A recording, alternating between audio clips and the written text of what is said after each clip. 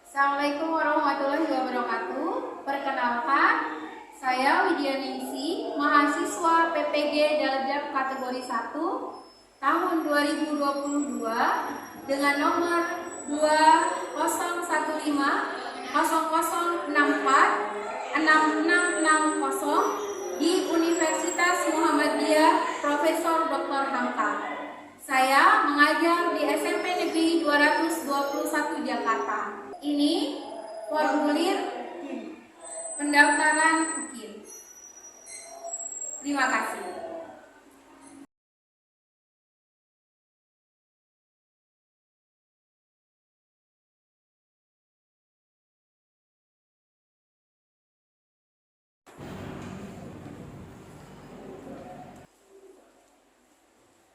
Assalamualaikum warahmatullahi wabarakatuh.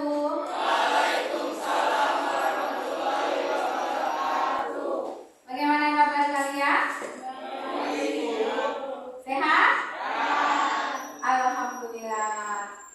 Mudah-mudahan semuanya dalam kondisi yang sehat, yang bugar, ya.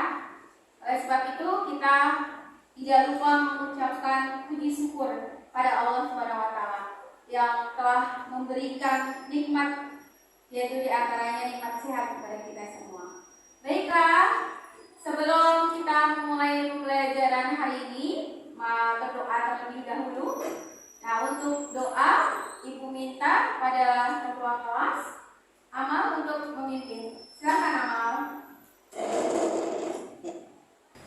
Sebelum memulai pembelajaran, alangkah baiknya kita berdoa terlebih dahulu. Menurut agama dan berdoa dimulai.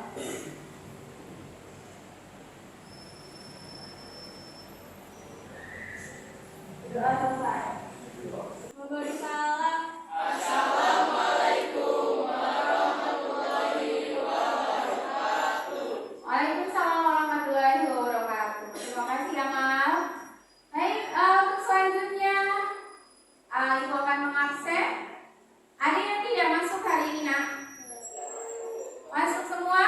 Alhamdulillah. Baiklah, untuk memulai pembelajaran pada pagi hari ini, ya, kita akan belajar materi yang baru, ya, materi yang baru. Nah, sebelumnya kalian sudah belajar tentang apa? Tentang apa? Tentang laporan percobaan. Nah, sekarang kita materi barunya tentang cerpen. Apa itu cerpen? Cerita pendek.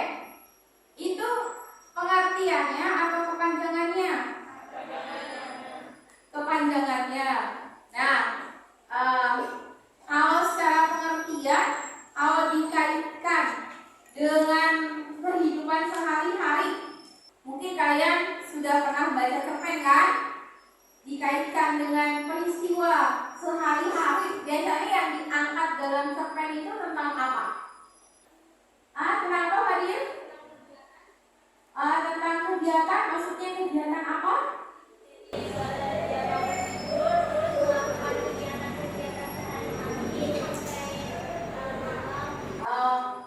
Jadi apa yang dituangkan dalam cerpen itu biasanya berkaitan dengan aktivitas itu, aktivitas yang dilakukan manusia, ya, dalam kehidupan sehari-harinya. Tapi di sini apa yang melakukan adalah tokoh, ya kan?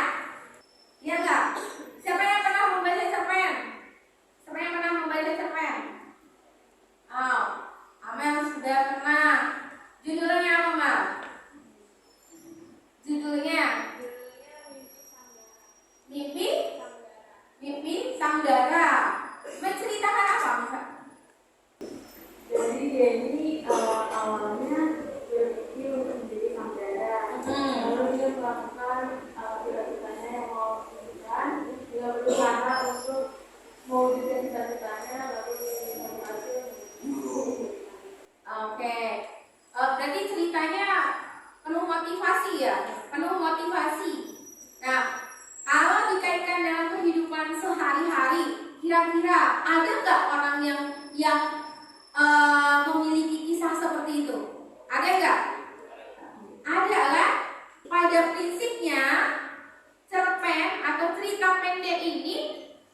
Ya, jenisnya nyata atau tidak?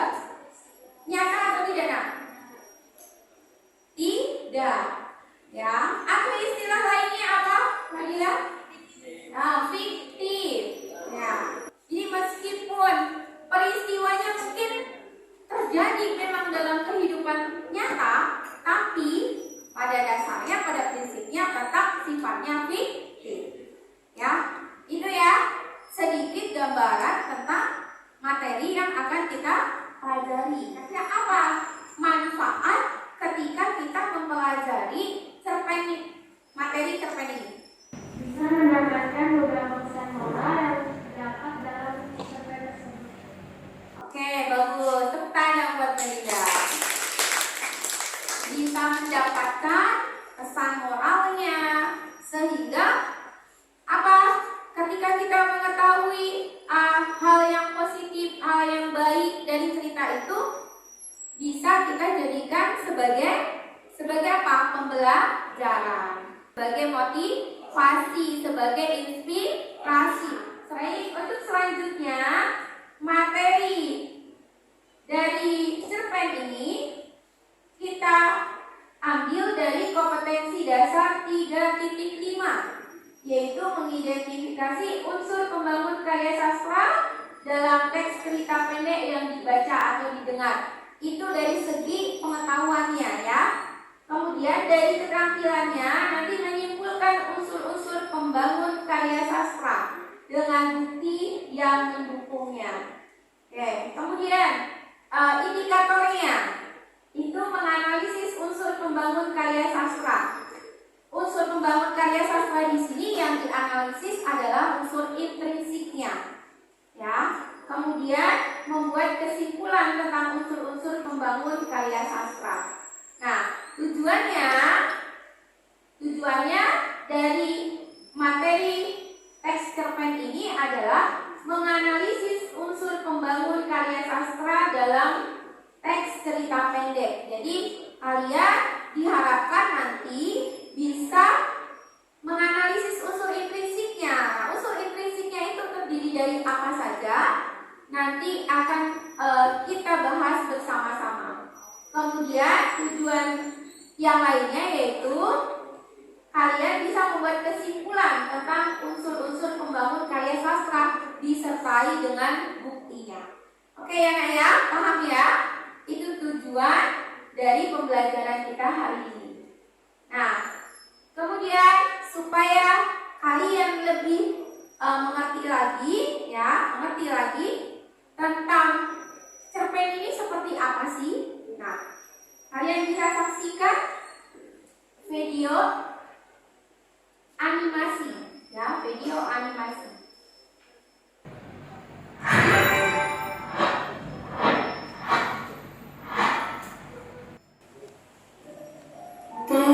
Aisyah lapar. Nanti gadis kecil berbaju pink yang sudah mulai pudar warnanya. Sabar ya Aisyah, dengan kakek belum ada yang lagi. Ucap kakek sambil sekali-kali mengusap kepala cucunya. Hari ini matahari bersinar lebih terik dari biasanya. Karung kakek belum terjual sama sekali. Di pasar, tepatnya di dekat toko alat listrik, kakek menggelar dagangannya. Dengan askar karung-karung yang dijahit menjadi lebih besar. Karung-karung kakek hari ini belum laku sama sekali.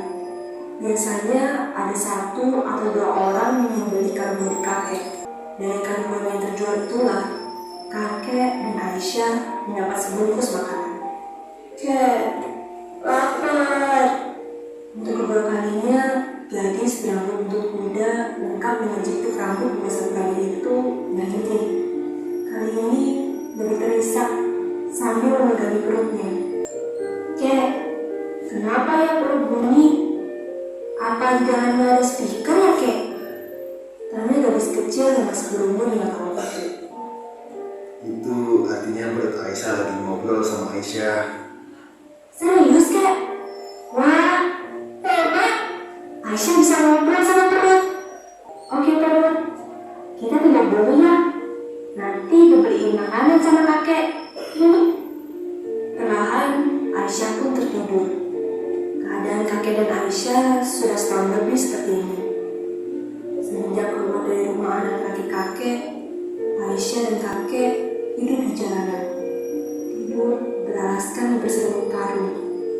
Bagi kakek dan Aisyah, berteduh di depan ruko orang lebih nyaman daripada tidur di kasur rumput paman Aisyah. 3 tahun yang lalu, nenek Aisyah sakit keras, sehingga membuat kakek menjual seluruh aset berharganya. Namun Tuhan berkehendak lain. Nenek Aisyah dipanggil Tuhan dan membuat kakek harus tinggal di rumah anak terakhirnya. Aisyah adalah cucu dari anak pertama kakek. Ibu Aisyah meninggal saat melahirkan Aisyah, sedangkan ayah Aisyah pergi tiada kabar. Malam ini mereka tidur di bawah halte bus lain. Kakek mengirimkan selimutnya untuk Aisyah karena malamnya sangat dingin. Kek, bangun, ucap Aisyah lemas. Namun tak ada tanda kakek membuka mata.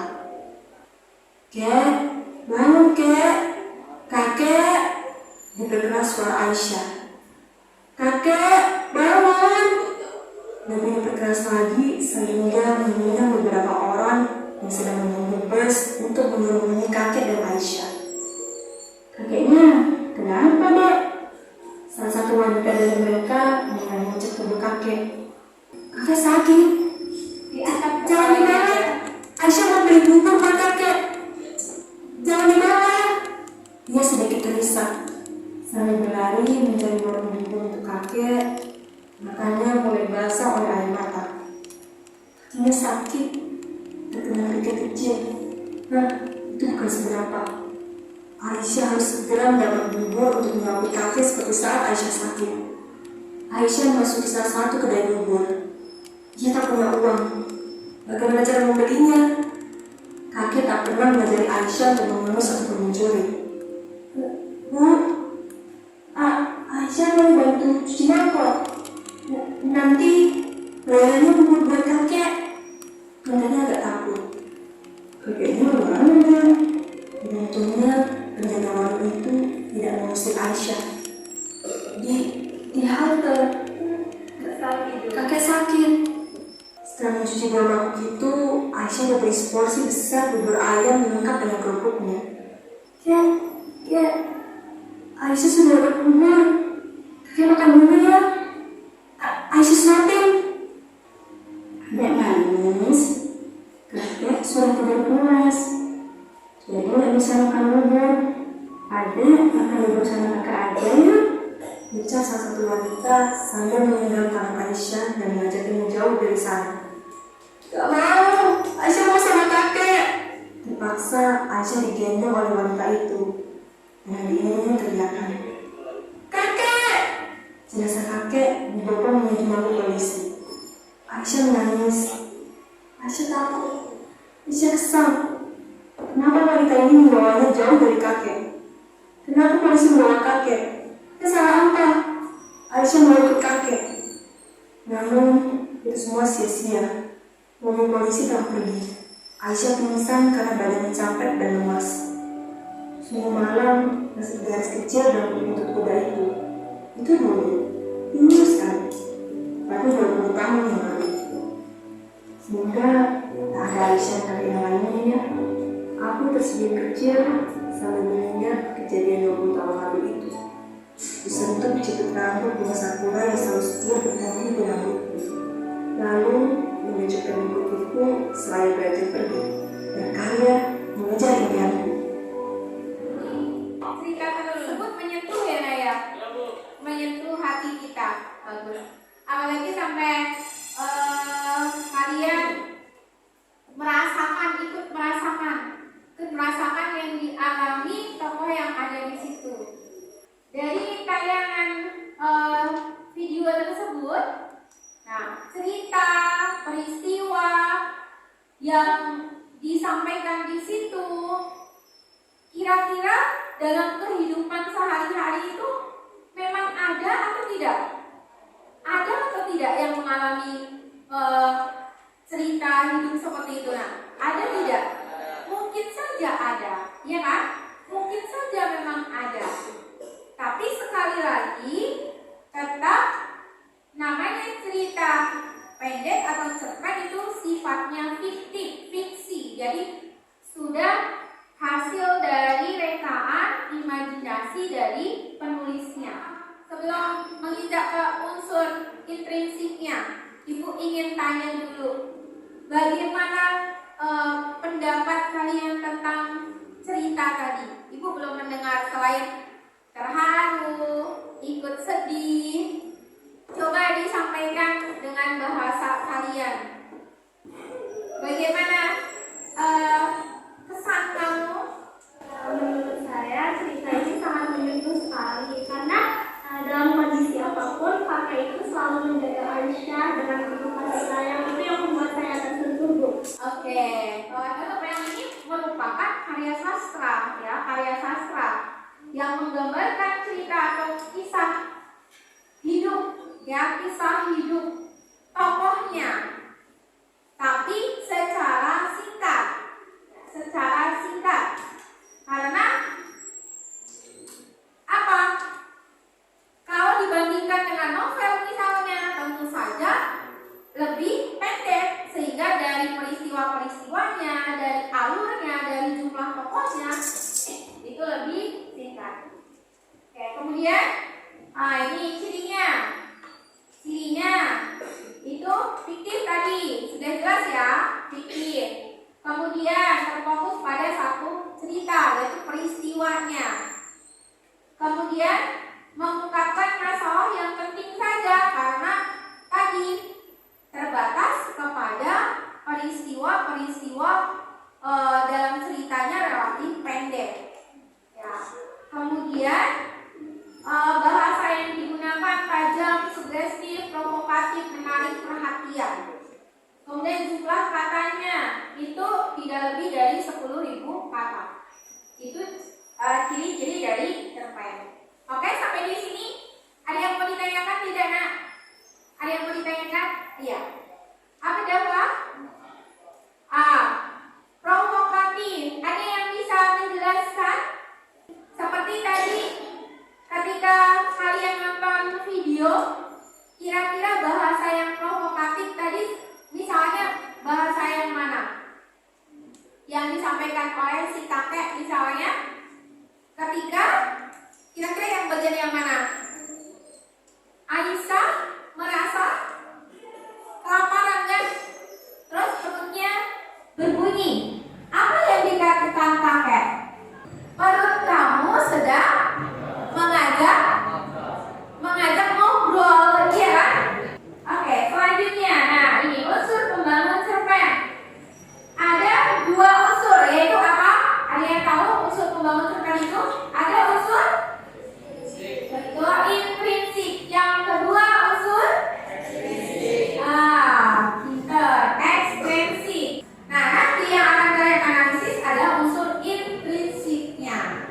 Ingat-ingat saja, ini itu apa? Di dalam. Jadi kalau ekstrinsik, unsur yang membangun dari luar karya itu sendiri. Nah, tema. Apa itu tema? Tema itu apa artinya? Ide yang mendasari sebuah cerita. Kemudian yang kedua, nah tokoh-tokoh. Artinya tokoh di situ adalah yang tadi sudah disebutkan, ada kakek, ada Aisyah, ada pamannya, ada bibinya. Itu adalah orang yang terlibat dalam cerita. Kemudian tadi dikatakan si kakek itu pantang menyerah. Nah, pantang menyerah di sini berarti berkaitan dengan penokohan karakter. Nah, karakter yang dimiliki oleh tokoh. Karakter tokoh ada yang baik, yang jahat. Istilah lainnya apa? Antagonis dan protagonis. Tokoh. Kemudian alur. Alur itu ada peristiwa ya. Kalau dalam cerpen jenis alurnya tunggal atau campuran dengan peristiwa yang ada kan relatif pendek. Jadi kira-kira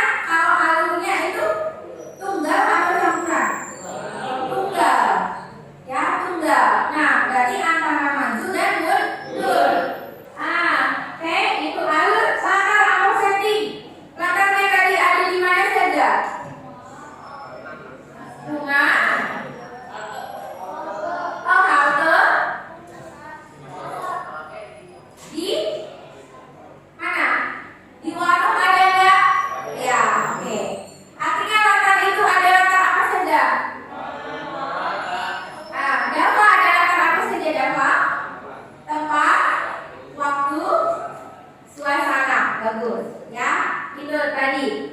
Kemudian sudut pandang yang digunakan. Sudut pandang itu adalah cara pengarang dalam menyampaikan cerita.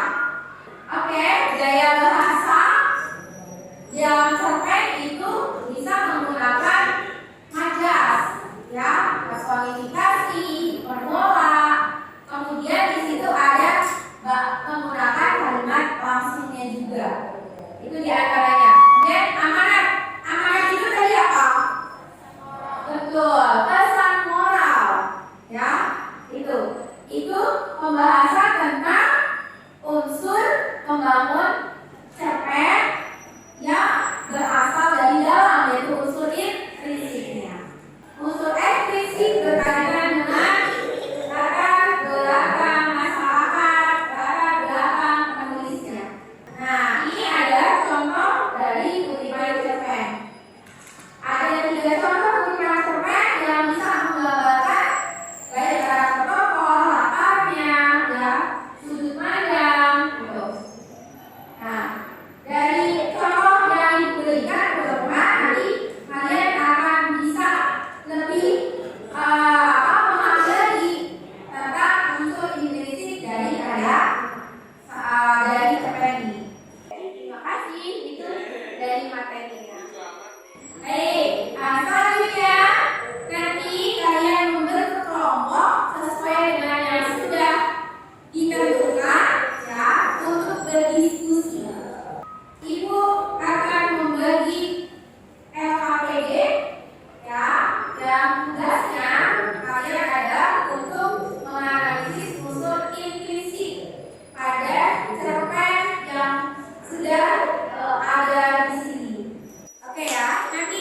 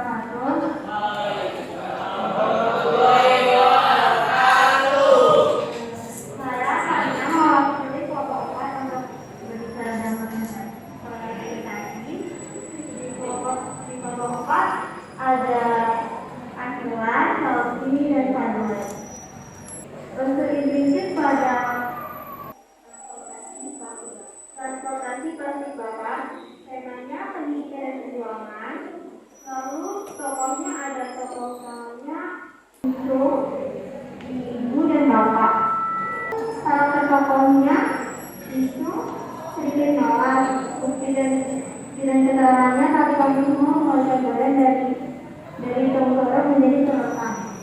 Ibu perkawannya membangun. Bukti atau keterangannya jawab semua dengan nada yang sangat lembut.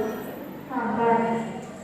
Toko bapak rela berkorban dan juga melawan arus agar dapat masuk sekolah. Tata suasananya bersalah, gelisah dan sedih. Bukti dan keterangannya, aku terdiam karena merasa bersalah. Bendera perasaanku semakin gelisah. Aku tak kuat menahan tangis. Kata tepatnya remaja menembus bukti dan keterangannya menembus lubang-lubang di kapasku dan sungai. Sekian yang dapat saya presentasikan. Mohon maaf kepada kesalahan. Assalamualaikum warahmatullahi wabarakatuh. Waalaikumsalam warahmatullahi wabarakatuh. Oke, kasih apresiasi. Baik, terima kasih kelompok 4 yang telah menyampaikan presentasinya dengan sangat baik. Silakan kembali ke tempat. Untuk selanjutnya kelompok 3. Kelompok 3 silakan maju.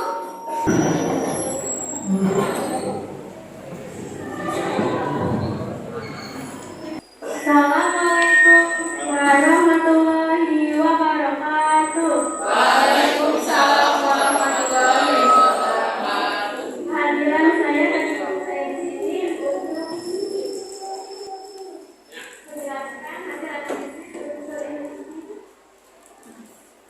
dari cerpen yang berjudul transportasi Bapak. Sebelumnya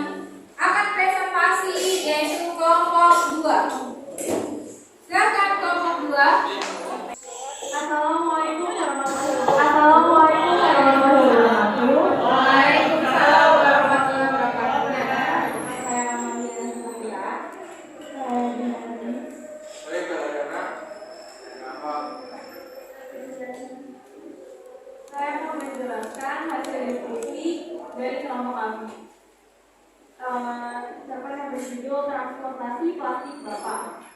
Analisis unsur intuisi.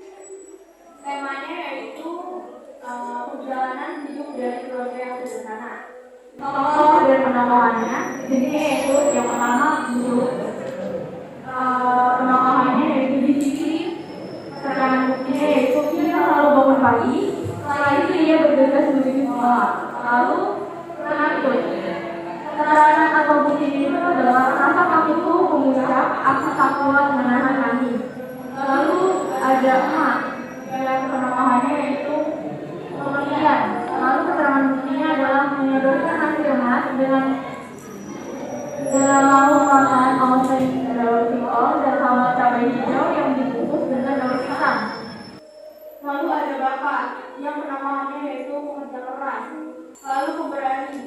Keterangan buktinya yaitu bapak berani melewati sungai dengan arus yang deras tanpa peralatan apapun.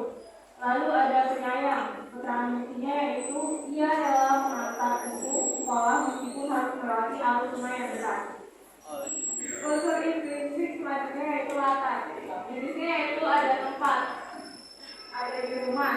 Yaitu keterangan buktinya adalah suara ayah berkokok terdengar begitu nyaring menembus lubang-lubang di kamarku. Terima kasih, inilah hasil diskusi kami. Assalamualaikum warahmatullahi wabarakatuh. Waalaikumsalam warahmatullahi wabarakatuh. Oke. Terima kasih. Silakan kembali ke tempat ngajar. Baik. Setelah kalian mempresentasikan semuanya, tadi dari hasil diskusi kalian sudah